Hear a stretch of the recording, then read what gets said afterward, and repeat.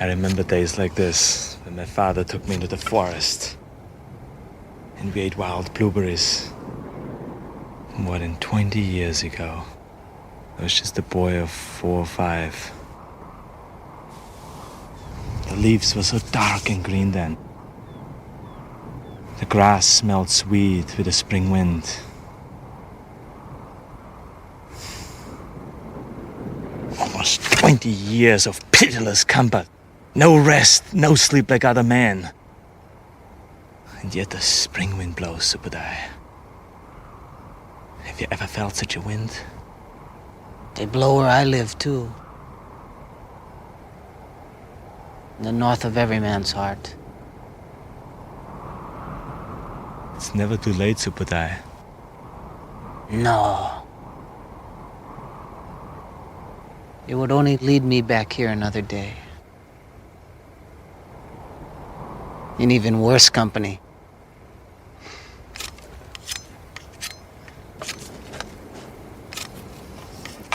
For us, there is no spring. Just the wind that smells fresh before the storm.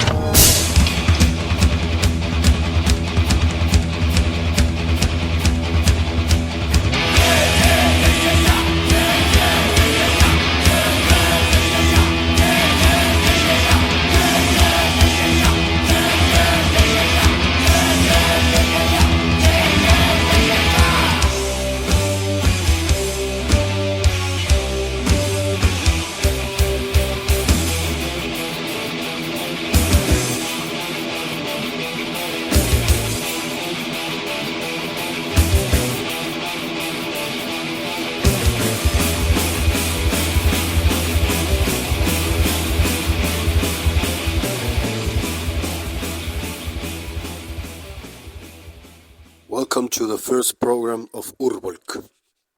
We're going to talk in these programs about different topics seen through the primordial tradition cosmovision: cultural, religious, anthropological, metapolitical, and other topics, along with some sonic warfare. In this first program, as a pilot, we will talk about the concept of hooligan black metal that was created by the legendary black metal act Grambelias Key, whose main member, Jalal, lived in Argentina and was in contact with the hooligans of Talleres de Córdoba and Racing de Nueva Italia. This program is dedicated to the one that in the old days passed me a cassette of Grambelias Key when I was a kid, along with a cassette recording of Infantry, Sambo, First Blood. So we'll be playing a couple of infantry songs and also Argosland. I'm going to drink a beer in honor of all those who carry the wild, adventurous, archaic spirit and refuse to submit to this world of wimps and faggots. This is for you, my brave comrades.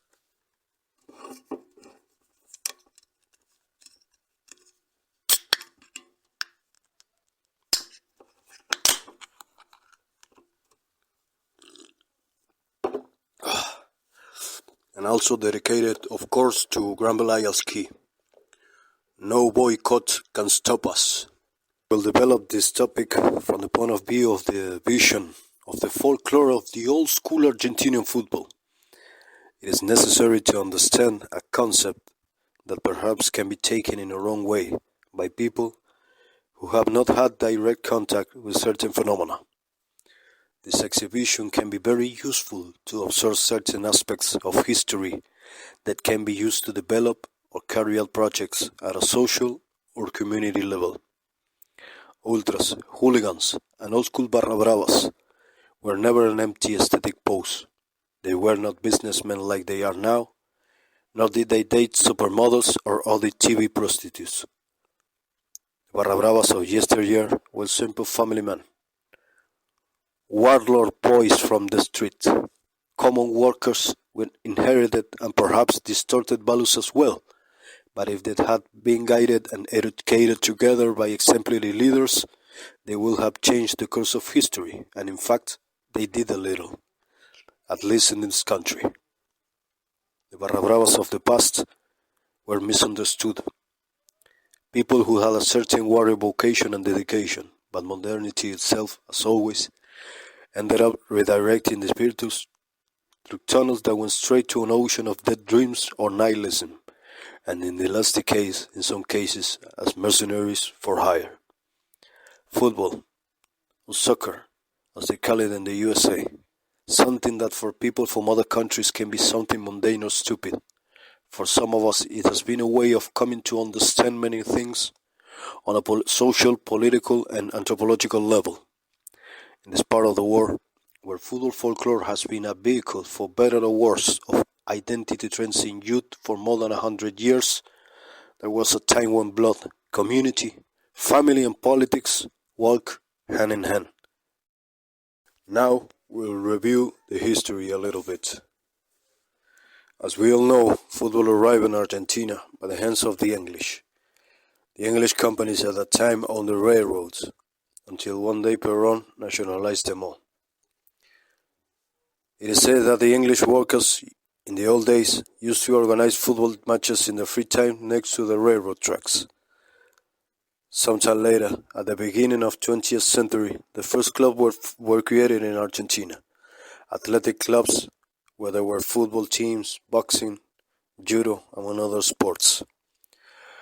As perhaps few people know, Argentina is the country with more European immigration than any other country in South America. It has a very large territory and low population density, so it was easier to bring customs from Europe and have them perpetuate. The ground was fertile to receive whatever came with the immigrants. These immigrant workers and children of immigrants, mostly Italians and Spaniards, were the ones who went to the stadium after eating pasta or barbecue on Sundays to cheer for the neighborhood team. Since the clubs in this country have always been social clubs, that is to say, the owners are the members themselves. They are non-profit associations. This, at least in formality, is maintained even today. Each neighborhood had its own club, where there was weightlifting, football, and other sports, and the community gathered around these societies or social clubs that brought together all the people of a town or a neighborhood. They were epicenters of social life. Children celebrated their birthdays and couples celebrated their weddings. In the summer, young people went to the swimming pool and had barbecues, and all the families would gather there. All this, with the passing of time, was creating a sense of belonging to a territory, and this sense of belonging grew day by day with the generations that transmitted this feeling to the children, feelings of love for the neighborhood and its neighbors. The honor of the neighborhood or town was something to be defended. At the same time, the nationalist and very popular government of Juan Domingo Perón encouraged the organized community to develop around these grouping policies. Perón was the one who, after being with Mussolini in Italy, came with the labor reforms inherited from the labor charter of Italian fascism. Among other things, he was the one who gave shelter to many refugees from the Second World War. Several of these Germans were the ones who helped in Argentina to develop aeronautics, among other things. During the Perón government, all the children grew up under the protection of these non-profit sports associations. They belonged to each neighborhood of the place where they were located, and that is how factions of funds were formed, grouping together to cheer for the team and defend the other fans when they traveled to another city or neighborhood to play matches, defending common supporters from attacks from other neighborhoods, or simply go to other stadiums to fight, spill some blood, and have fun on a weekend. Now we will make a pause and we'll listen to Argosland with the song Race War, a cover of Carnivore.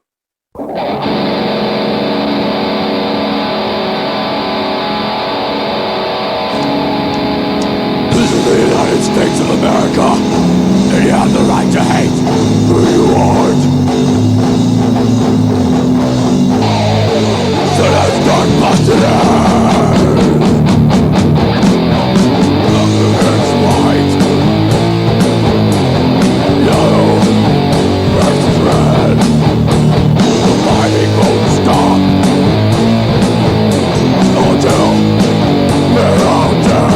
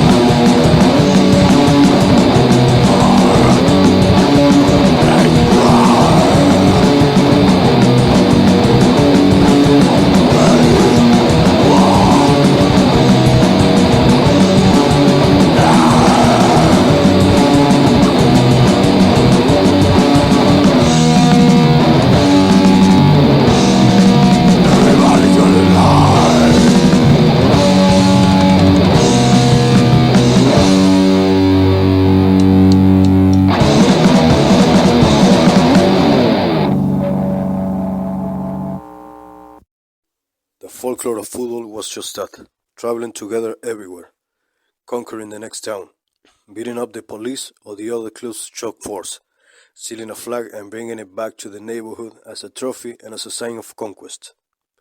These little adventures fed a little bit the conquering spirit in the hearts of these young men, warriors without a holy war. At this time, around the 50s, the term barra brava was popularized. The word barra brava belongs to the lunfardo. For those who do not know, lunfardo comes from the word lombardo, a Germanic tribe from the north of Italy. Lunfardo is the Argentine street language. Barra means gang of men, and brava means brave or dangerous. So barra brava means a gang of dangerous men.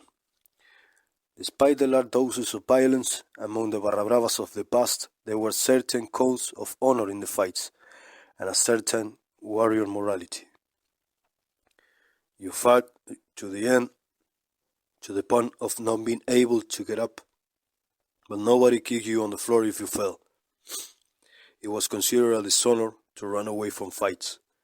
The flag was defended to the death. They fought regardless of the numerical superiority of the opponent. They protected their own territory, and their battles were like those of the warriors of the Middle Ages, all against all, with strategies, but always body to body. There were no weapons. This began to appear in the end of the 70s and the start of the 80s, but for two urgent cases. It was frowned upon. It was immoral not to use fists. There were no knives, and at the most there were some chains. The rival was respected. You fought and it stayed there. As we say here, you died there. The barra bravas enjoy fighting on weekends with the police or the rival team, but then went back to work during the week. They were family-oriented, hard-working people with a great sense of belonging. They protect those in their neighborhood and help their people. Now we will listen to Infantry, Inner City, and we continue with this story.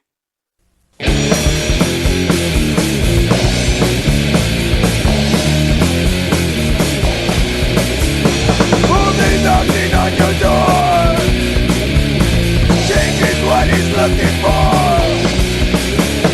Dressing bright and the petty poor niggas living in the inner city, giving up some charity, only birthing animosity. Dressing bright and the petty poor niggas living in the inner city, giving up some charity, only birthing animosity.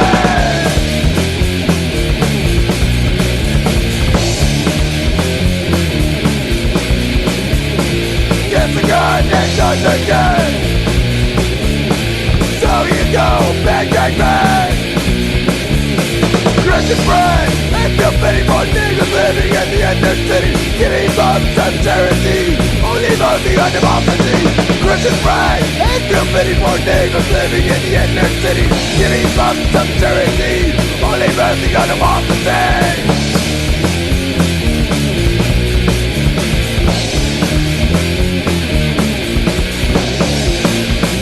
Knocking on your door, change is what he's looking for. Dressing bright and the petty poor niggas living in the inner city, getting bumps of charity, only voting on democracy. Dressing bright and the petty poor niggas living in the inner city, getting bumps of charity, only voting on democracy.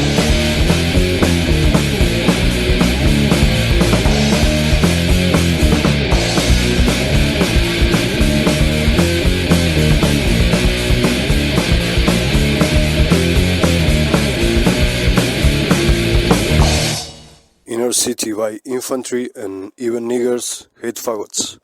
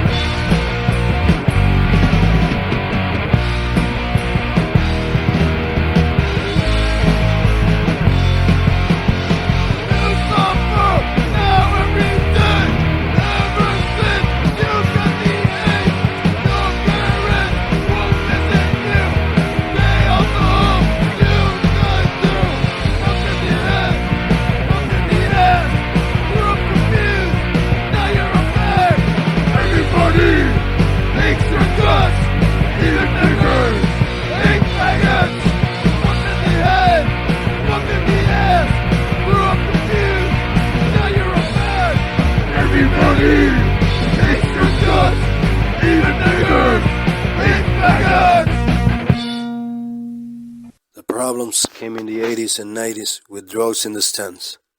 That, among other things, destroyed the folklore of football little by little. Rather, the man destroyed inside destroys everything he does. Those decades were the decades when the spirit of the old sense of community began to die little by little. Globalism hit hard in a country was not used to that. It was rated an organic and homogeneous country, to say the least. Although today there are still remnants of that old feeling of brotherhood that is natural in men, even if it is misdirected, today it is no longer the same. Where men have the capacity to band together for something they consider superior to themselves, and for which they spend money and effort without receiving anything in return except to satisfy the feeling of loyalty. Such men at some point can redirect these forces of nature to something higher. Use this inner fire and carry out a fraternal vocation, a fides, a devotio. Extremism and fanaticism in men is sometimes an inner fire that is looking for something transcendent but does not find it because the modern world does not have it. Then it ends up channeled in something that the system sells or in a wrong cause, or this fire, without being able to manage it, ends up burning inside the person and destroying him. This is not known, but many Argentinian barra bravas were political soldiers and militants at the time when Perón was proscribed.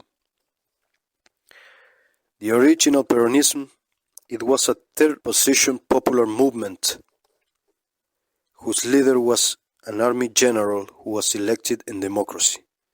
It could be considered post-fascism, that is, fascism surviving in the war of the victors, the Mussolini or José Antonio Primo de Rivera of Argentina.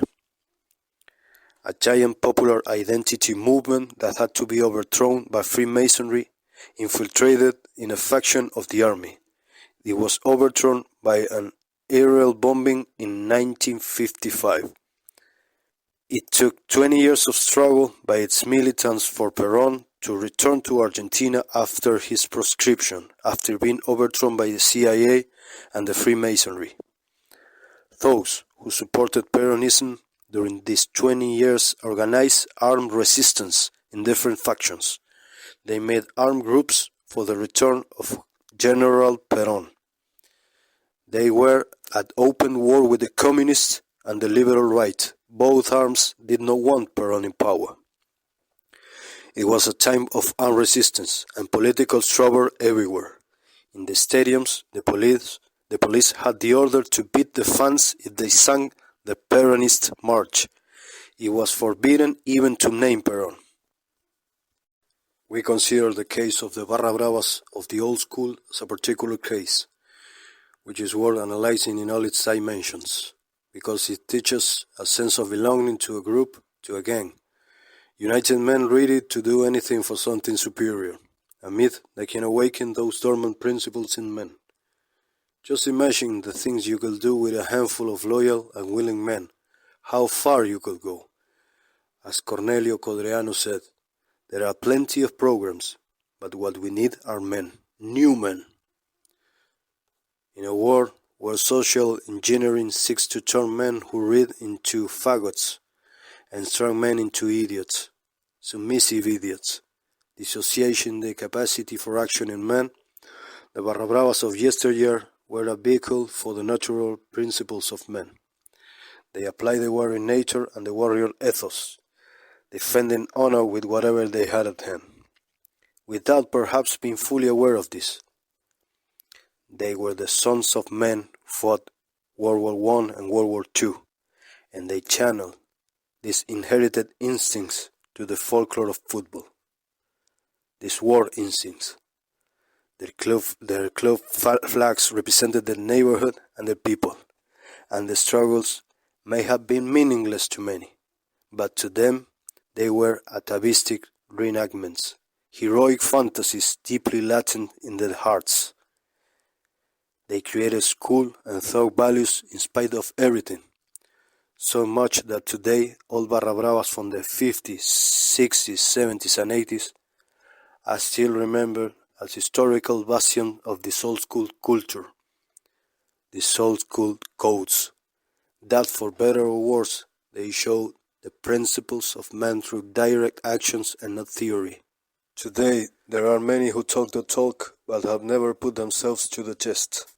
The Barra Bravas had great capacity to exercise violence, respect for the agreements in the gang, respect for the hierarchies, respect for the smallest, the women and the eldest, strategic preparation in close combat and 100 against 100 or more, ability to read situations, love and loyalty for the people, the traditions and their own rights, historical continuity. In a modern war, where is this to be found? Tell me if there is not something to learn from these groups. Those who do not have this instinct asleep must struggle to find their tribe, even if it takes years. They must undertake the search, without being distracted, without modernity turning this instinct towards the labyrinth of nihilism. We must always observe the historical facts carefully, in all possible dimensions. We will be able to see that our deepest principles have always been available to fight, but without guides, without mentors. Perhaps we have remained confused or distorted, or distracted by less important things. But in every age there will always be men willing to band together for a common good beyond individual gain. The warrior ethos is always present in every age, even if it is not seen. The warrior ethos is in the blood, in the genetics, in the nature of man. There are many loyal men like this. You just haven't found them. But that doesn't mean they don't exist. They are out there. You just have to be worthy of them. Finally, I would like to tell some of the many stories of combats, but that will be for another program. And thanks for listening, and I hope you found this information useful and thus stop investigating. The truth is out there, as much as it is inside. No parar hasta conquistar. Don't stop until conquering. Now, I leave you with Grand Belial's key. Thank you.